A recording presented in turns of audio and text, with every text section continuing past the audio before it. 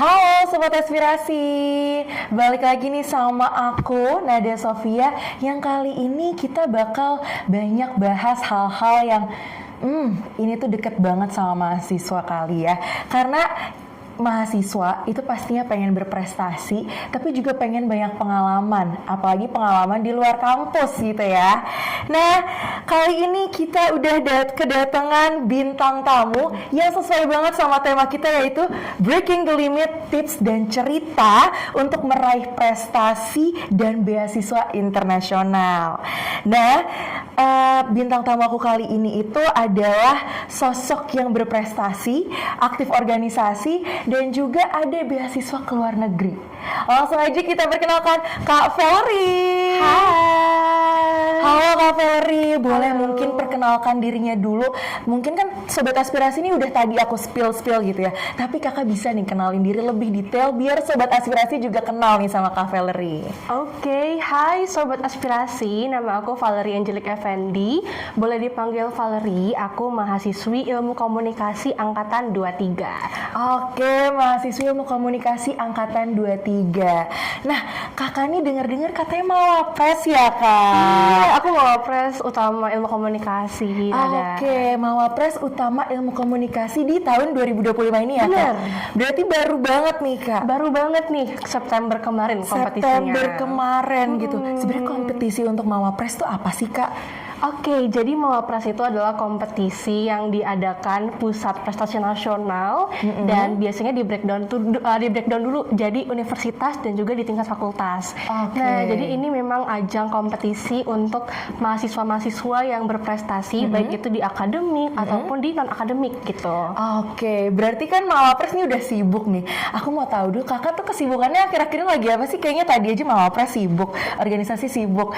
Berarti kesibukannya Kak akhir-akhir ini apa nih, Kak? Oke, kalau aku kesibukannya akhir-akhir ini aku lagi magang dan aku magang di 2 tempat sekarang. Wow, dua tempat. Oke. Dan aku sekarang di Isaac INUB. Isaac INUB juga. Berarti nih ya Sobat Aspirasi, Kak Valerie ini lagi magang di 2 tempat. Terus juga lagi di organisasi yaitu di Isaac INUB.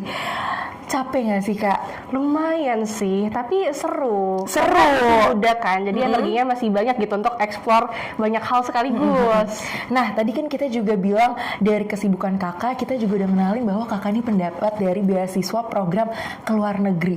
Program apa sih, Kak? Biar Sobat Aspirasi nih tahu nih, kakak tuh ke luar negeri pakai beasiswa apa nih? Oke, nah jadi ini adalah program dari Isaac INUB, itu adalah Global Volunteer, karena Isaac INUB itu punya program exchange yang ada Global Volunteer dan juga Global Talent, dan aku dapat yang Global Volunteer, karena Isaac INUB itu benar-benar invest on their people dan juga invest ke anak-anak muda, dan mereka juga kasih kesempatan untuk member Isaac untuk bisa terbang gitu ke luar negeri untuk volunteering, jadi bukan untuk jalan-jalan aja, tapi kita memang memberikan impact kepada masyarakat yang ada di sana, begitu. Oh, berarti beasiswanya tuh nggak cuma ibaratnya academically aja gitu ya, Kak, tapi juga memberikan dampak ke tempat yang kita datangkan juga gitu ya. Betul, jadi bukan cuma kita yang belajar, tapi kita juga bisa mengajar dan juga berdampak kepada orang-orang di sana. Nah, Kak, kan tadi kakak Mawapres, abis itu kakak juga beasiswa. Boleh tahu nggak sih berarti kakak tuh Mawapres dulu, apa beasiswa dulu, atau timeline-nya gimana nih, Kak? Timeline-nya itu sebenarnya aku beasiswa itu panjang ya durasinya dan juga prosesnya. Tapi itu dimulai dari bulan Agustus, sedangkan Mawapres itu di bulan September. Tapi memang pengumumannya aku dapat Mawapres dulu tuh di September. Baru di bulan Oktober akhir barulah pengumuman beasiswa. Jadi gimana ya itu? Mulainya beasiswa dulu, tapi dapat achievement-nya itu di Mawapresnya dulu. Berarti ibaratnya tetap Mawapres dulu ya? Mawapres dulu dapatnya. Mawapres dulu, tapi berjalannya tuh barengan berarti? Berjalannya barengan. Terus baru pengumumannya beasiswanya? Betul. Oke. Berarti itu ya sekilas nih Sobat Aspirasi terkait timeline-nya gimana sih? Karena kayaknya kalau kita mikirnya semua berbarengan tuh kayak wow luar biasa, tapi ternyata dijalanin satu-satu nih. Benar. Tapi mungkin Kak, aku pengen kakak mendeskripsikan pengalaman beasiswa kakak ke luar negeri dalam 3 kata nih apa nih, Kak? 3 kata ya. Sebenarnya 3 kata ini terlalu sedikit ya untuk perjalanan yang luar biasa. Karena aku 6 minggu teman-teman di sana. Jadi kalau 3 kata, yang pertama brave, yang kedua purposeful, dan yang ketiga eye opening. Eye opening. Berarti memang apa tadi Kak? Sorry, yang pertama? Brave. Brave. Berarti emang benar-benar melatih keberanian Kakak? Bener, apa karena gimana tuh? aku terbang ke sana sendiri. Oke. Dan berangkat perjalanan sampai di sana itu 6 minggu juga sendiri. Jadi 6 minggu full sendiri? bener, jadi aku ngerantaunya itu bener-bener merantau gitu. Walaupun aku sebagai anak rantau, di sini kan masih kita bisa minta tolong teman-teman, Iya, atau bisa betul. ada relasi lah gitu ya. Karena kita di sini masih ada teman bener, gitu. nah Oke. tapi kalau udah di negara orang yang bahasanya juga beda, itu sendirinya bener-bener sendiri anak rantau banget gitu. Anak rantau banget, berarti Kakak udah ngerantau di sini, ngerasain lagi lebih anak rantau lagi Kak? Bener. Berarti kalau tadi susahan ngerantau di sini apa di luar Kak? Pastinya di luar sih, Di karena luar. kita bener-bener sendiri gitu, gak ada relasi dan juga bahasanya juga berbeda. Kita memang bisa ya berbicara bahasa Inggris dengan mereka, tapi nggak semua orang di sana bisa bahasa Inggris. Nah itu juga Oke. salah satu challenging sih sebenarnya. Oke, tadi yang kedua apakah Yang kata-katanya? kedua adalah purposeful. Purposeful, kenapa tuh Kak?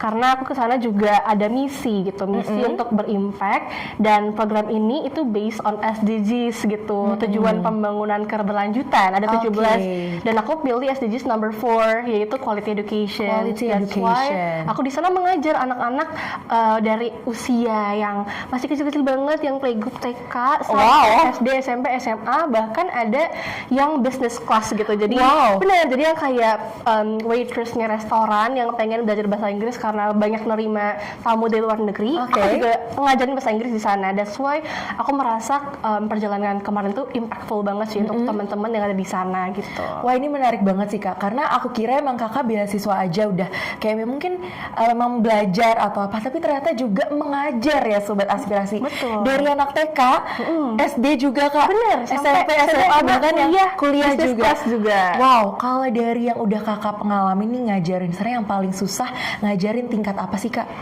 Paling susah itu tingkat yang kecil-kecil sih Nada. Yang TK gitu ya? Playgroup TK, Playgroup TK. atau SD yang kelas 1, 2, 3. Nah karena di sana itu kita nggak cuman deliver materialnya aja, tapi kita make sure apa yang kita sampaikan ini sesuai dengan level fokusnya mereka. Kan mereka masih kecil-kecil nih, nggak bisa yang dalam 1,5 jam benar-benar belajar.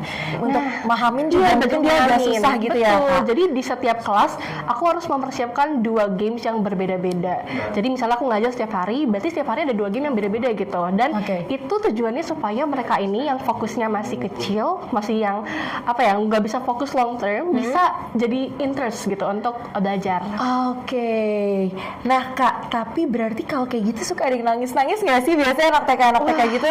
Itu banyak sih. Soalnya tadi ya aku buat game, kalau kalah itu nangis tuh, kayak ngerasa apa ya, aduh mungkin ambis ya, itu kalah, jadi kayak nangis, berantem juga, rebutan mainan kayak gitu. Terus kalau kayak gitu gimana Kakak ngadepinnya biasanya? Kalau kayak gitu aku tenangin dulu sih sampai selesai nangis, terus ngomong baik-baik kayak ini it's only a game gitu. Nanti kita masih ada game lain kok, dan kita masih ada hal menarik nih yang mau kita pelajarin, misalnya tentang binatang. Yaudah kita tunjukin nih, kita kan belajar tentang ini kucing, anjing, dan mereka juga ke distract gitu untuk iya kita masih mau belajar gitu sih biasanya. Nah itu tadi yang kata-kata kedua menarik banget sih ya Sobat Aspirasi.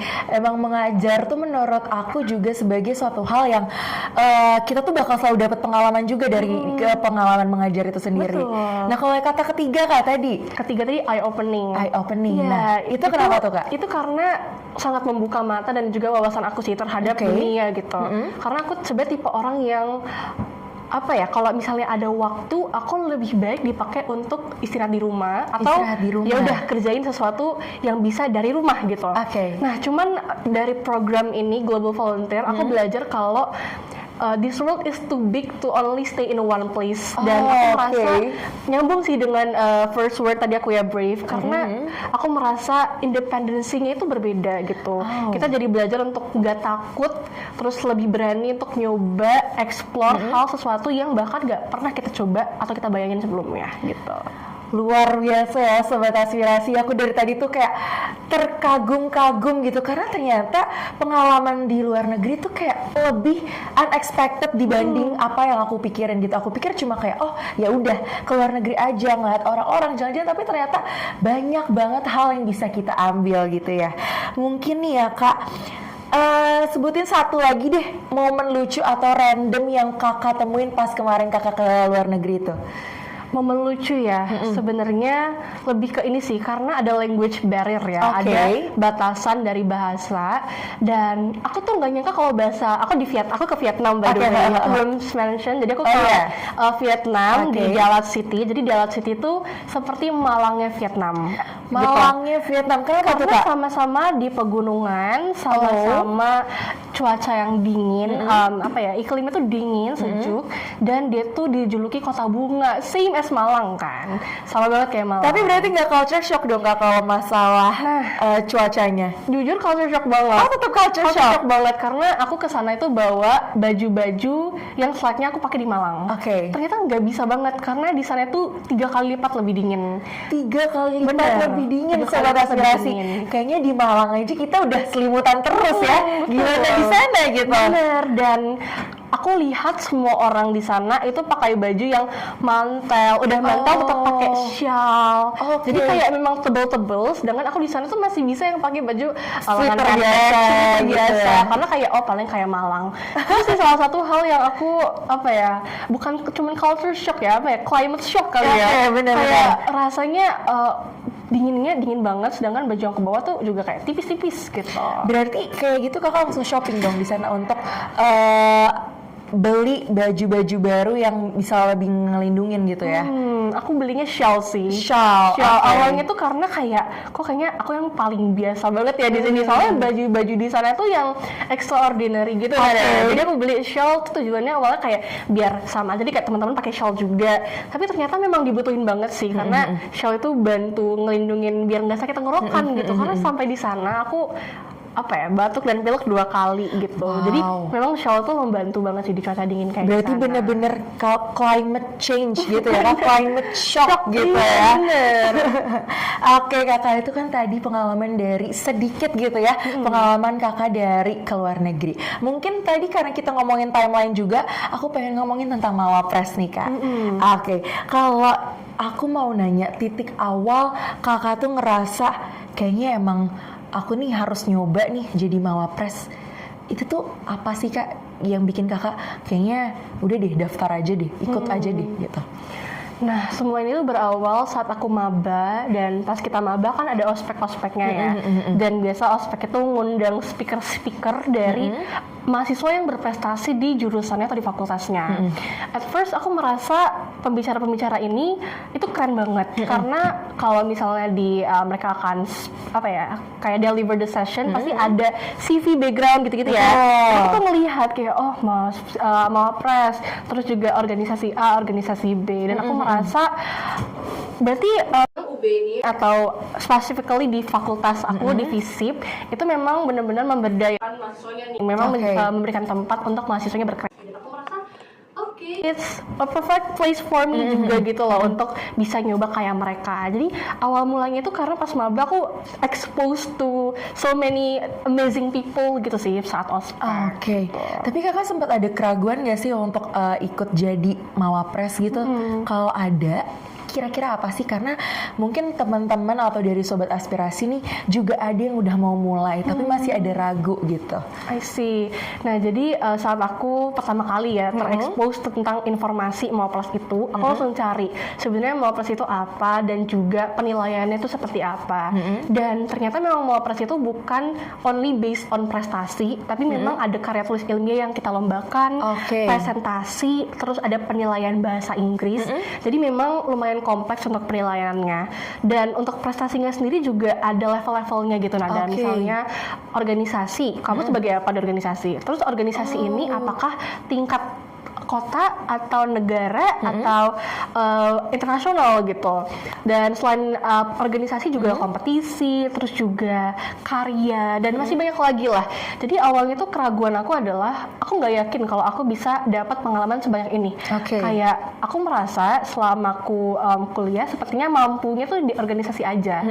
Tapi ternyata saat ada penilaian Mawapres itu banyak banget dan harus masuk ke regional atau internasional untuk bisa dapat nilai yang poin yang tinggi. Itu sih keraguan aku, kayak wah bisa nggak ya untuk dapat penilaian yang bobotnya tinggi untuk bisa jadi kandidat di Mawapres gitu. Kayaknya aku denger kakak aja aku udah ragu duluan nih. Wah, aku nggak boleh dong, kita masih banyak waktu. Berarti sebenarnya untuk prosesnya tuh bener-bener banyak ya kak. Nggak cuma nilai, nggak cuma akademik, tapi dari segi organisasi tuh juga dinilai. Tahapnya apa, kamu sebagai apa gitu. Jadi itu juga menentukan dari tingkat untuk pemenangan dari Mawapres itu sendiri juga ya kak.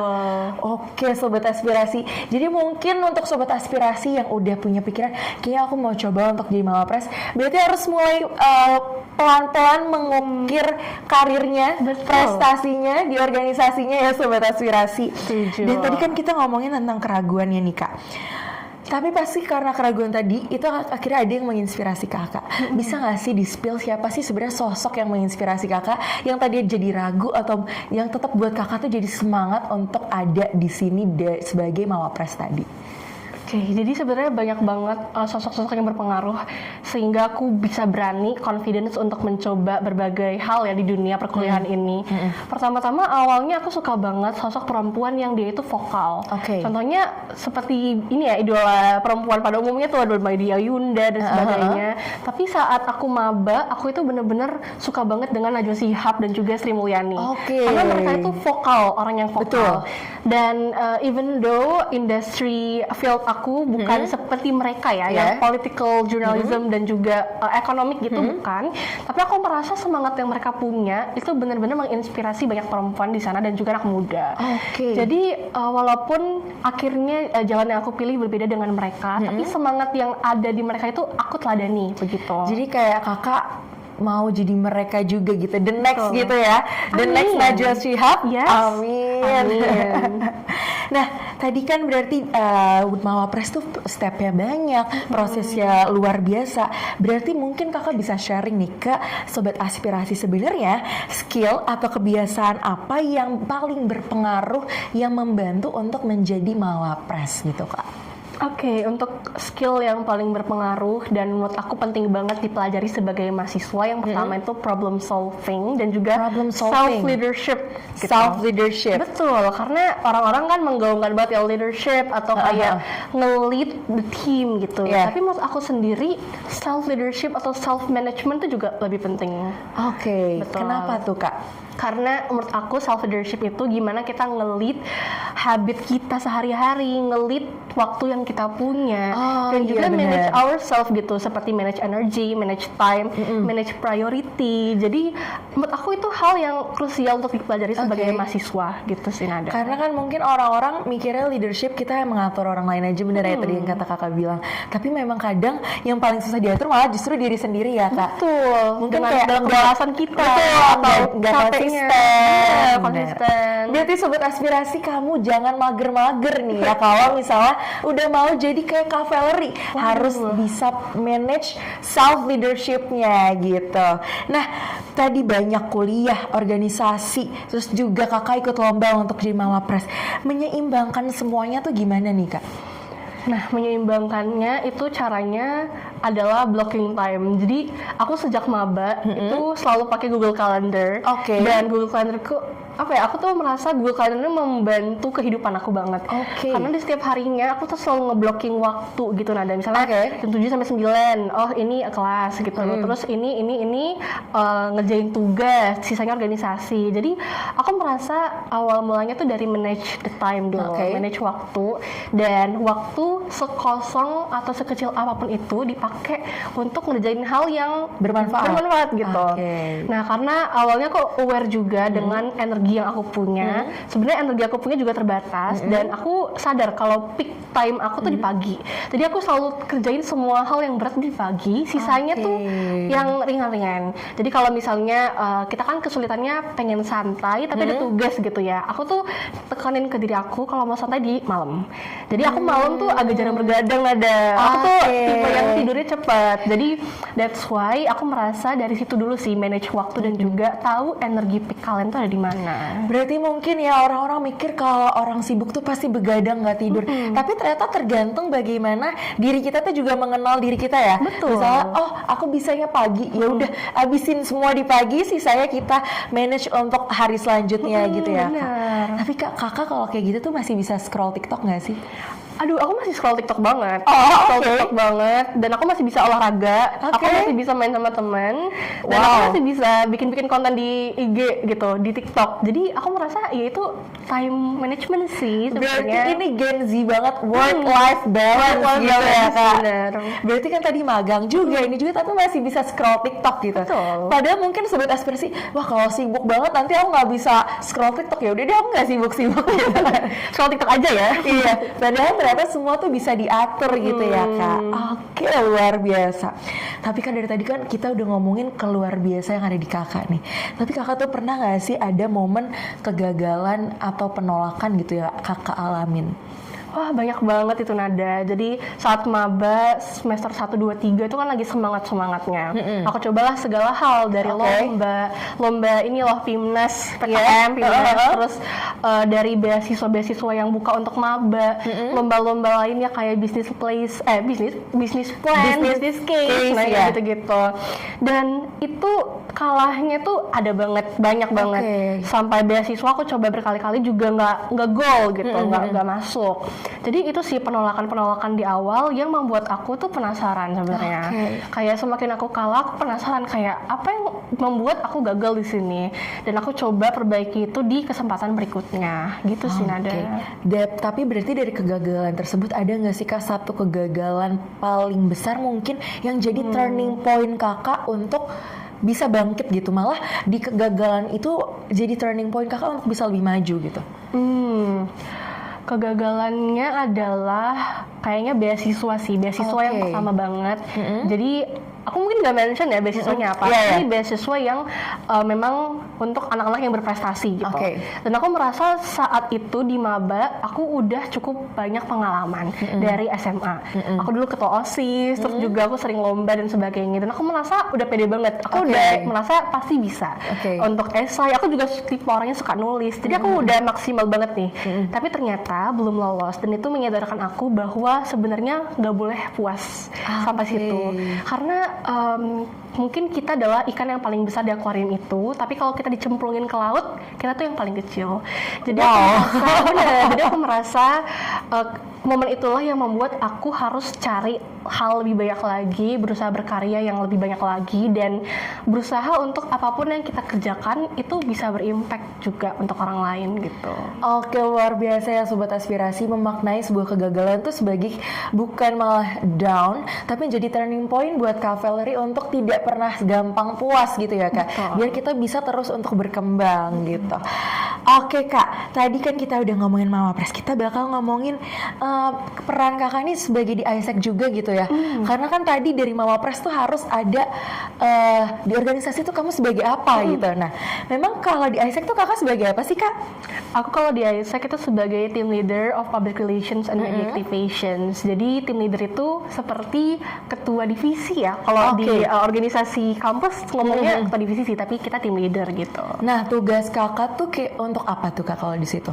Nah, seperti namanya ya, Public Relations and Media Activation, kita itu bertanggung jawab untuk image dan juga reputation dari sebuah organisasi melalui berbagai cara sih Nada. Bisa dari media appearance, misalnya dari publikasi artikel, radio, podcast, dan juga kita sehari-hari menulis artikel sih kerjaannya. Dan hal yang membangun kepercayaan stakeholder kepada organisasi kita. Nah, itu adalah tanggung jawab kita, gitu sih sekilas.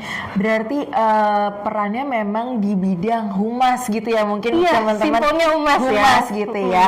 Nah, kan tadi kakak bilang juga kalau beasiswa untuk luar negeri itu ada salah satu program dari ISEC. Berarti peran ISEC nih dalam membuka peluang internasional kakak tuh gimana sih kak?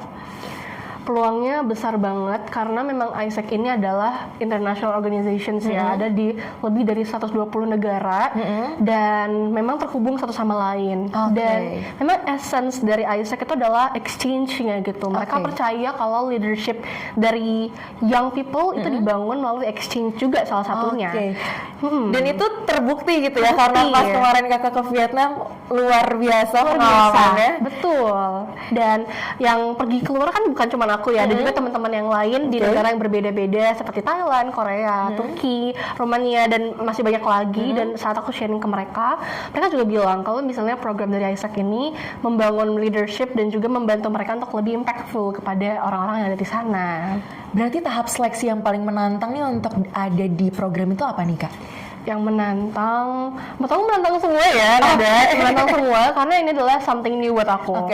Gitu, something new dari awal kita milih negara aja, milih mau SDGs nomor berapa, itu aku udah yang kayak waduh gimana nih, gitu karena ya? ini bener-bener berpengaruh ke someone's future kan, jadi aku harus mengambil hal yang bener-bener aku kuasain untuk bisa membantu berimpact ke sana. Terus lanjutlah ke pemberkasan, interview jujur menegangkan sih, kayak bagi aku lumayan menegangkan at first, tapi setelah dijalani ternyata mereka juga baik banget karena kita interviewnya langsung dari negara yang kita tuju. Oh, berarti dari orang Vietnam. Dari orang Vietnam, betul. Dan khususannya karena kita punya accent yang berbeda-beda ya, accent sama-sama Inggris kan tapi accentnya beda. Karena kayaknya Vietnam tuh accentnya agak cengkok-cengkok gitu nggak sih? Agak cengkok dan juga pronunciation-nya tuh kadang kita masih kayak nebak ini apa ya kayak gitu. Itu sih yang challenging. Cuman dari pertanyaan-pertanyaannya juga lebih mengarah sih tentang kayak projectnya, tentang impact yang mau kita bawa kayak gitu. Oke, berarti memang setiap selection-nya itu memang ada tantangan sendiri ya kak pastinya. Tapi pasti kalau udah ngelewatin itu udah alhamdulillah lega gitu ya kak. Sangat luar biasa. Nah, pikiran pertama yang muncul dari kakak pas bener-bener landing di Vietnam? Pas landing aku takut banget sendirian. Karena ini bandara gede dan juga orang-orang tuh kayak apa ya, sibuk sendiri, kayak lewat sendiri, jalan-jalan sendiri, dan aku merasa aduh gimana nih kalau sendirian ya.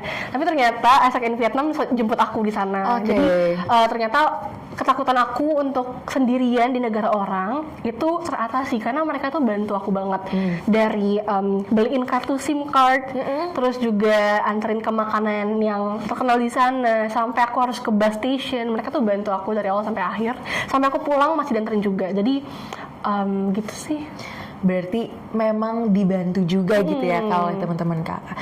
Nah, kayaknya mungkin Sobat Aspirasi udah mulai kayak wah seru nih. Tapi boleh nggak sih kak di-spill? Berarti kalau buat Sobat Aspirasi juga pengen punya pengalaman yang sama nih kayak kakak ke luar negeri dengan beasiswa, itu tuh caranya gimana sih kak?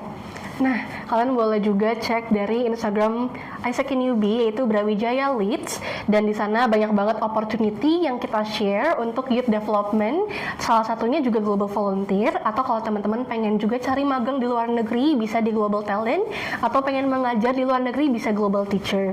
Dan juga di sana boleh aja langsung approach dari ISEC-nya. Nanti kita akan bantu assist gitu dari awal pemilihan negara, project, dan juga sampai setiap seleksinya gitu akan dibantu oleh tim ISEC in UB. Jadi kalian nanti dapat CV, template CV, dapat interview simulations gitu.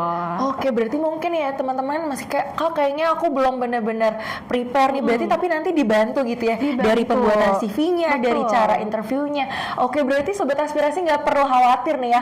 Aduh kok kayak aku nggak punya pengalaman sama sekali, tapi aku pengen coba diajarin gitu. Tenang aja, sangat dibantu. Berarti kak pelajaran yang paling berharga banget dari pengalaman kakak untuk ke luar negeri itu apa nih kak? Pengalaman berharga yang aku dapat adalah kita tuh nggak bakal berada di umur yang sama seperti yang kita jalanin sekarang. Dan aku merasa once in a lifetime kita harus coba untuk apa ya, aku bisa bilang solo traveling, atau volunteer apapun yang memang kita terjun langsung ke lapangan.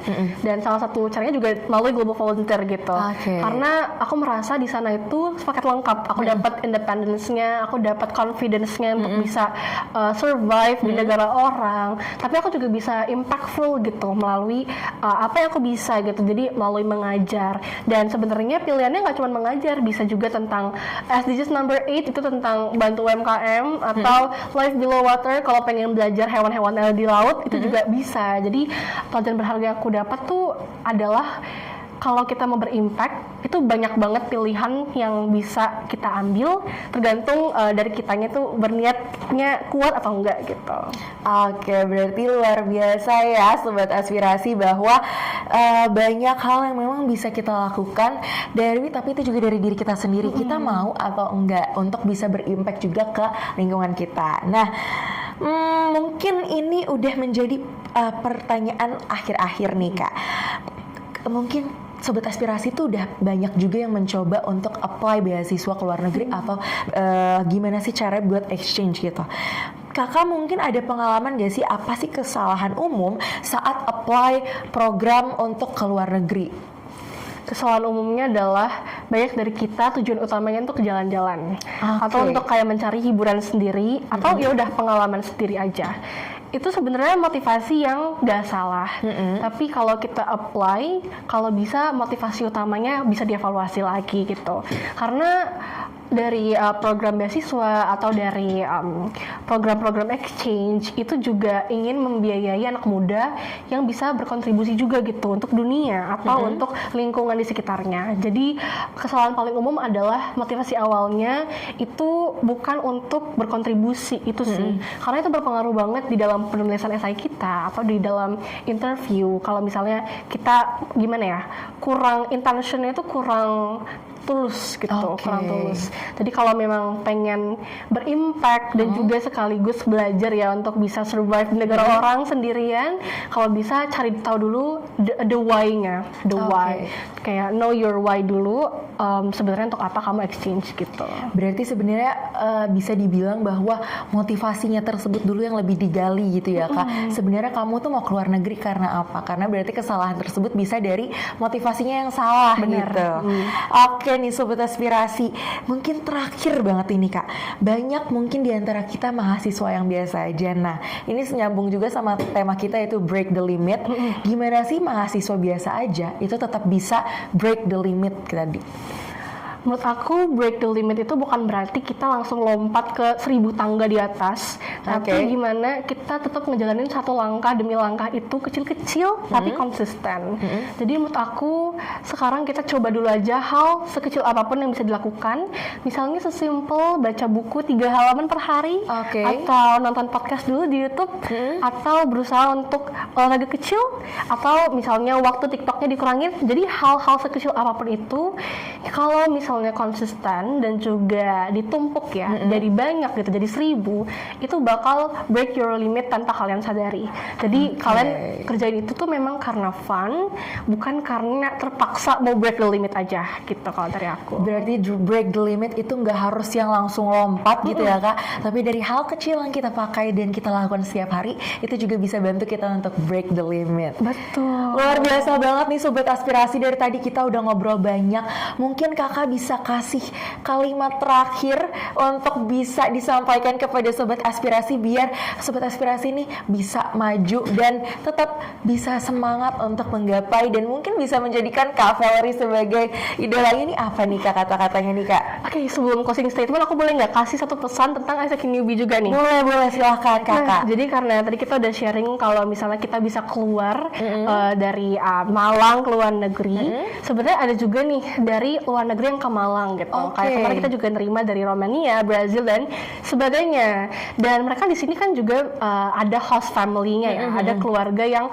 membantu untuk survive di Malang juga gitu, untuk kayak kenalin budaya-budaya Malang dan juga menjadi tempat tinggalnya. Nah sekarang kita juga lagi cari nih untuk host fam atau teman-teman yang punya rumah di Malang atau memang berasal dari Malang dan keluarganya dari Malang dan pengen punya apa ya, kenalan teman bule gitu ngomongnya ya, untuk tinggal di rumah kalian juga gitu, untuk bisa sharing-sharing dan juga belajar bahasa Inggris maybe, atau juga bisa dapatlah relasi dari luar negara lain. Jadi gitu aku juga pengen share the awareness atau teman-teman yang tertarik untuk bisa jadi host family, itu boleh juga reach out Isaac in UB, karena opportunity itu sangat emas banget sih kalau menurut aku ya, 6 minggu bersama bule gitu ya.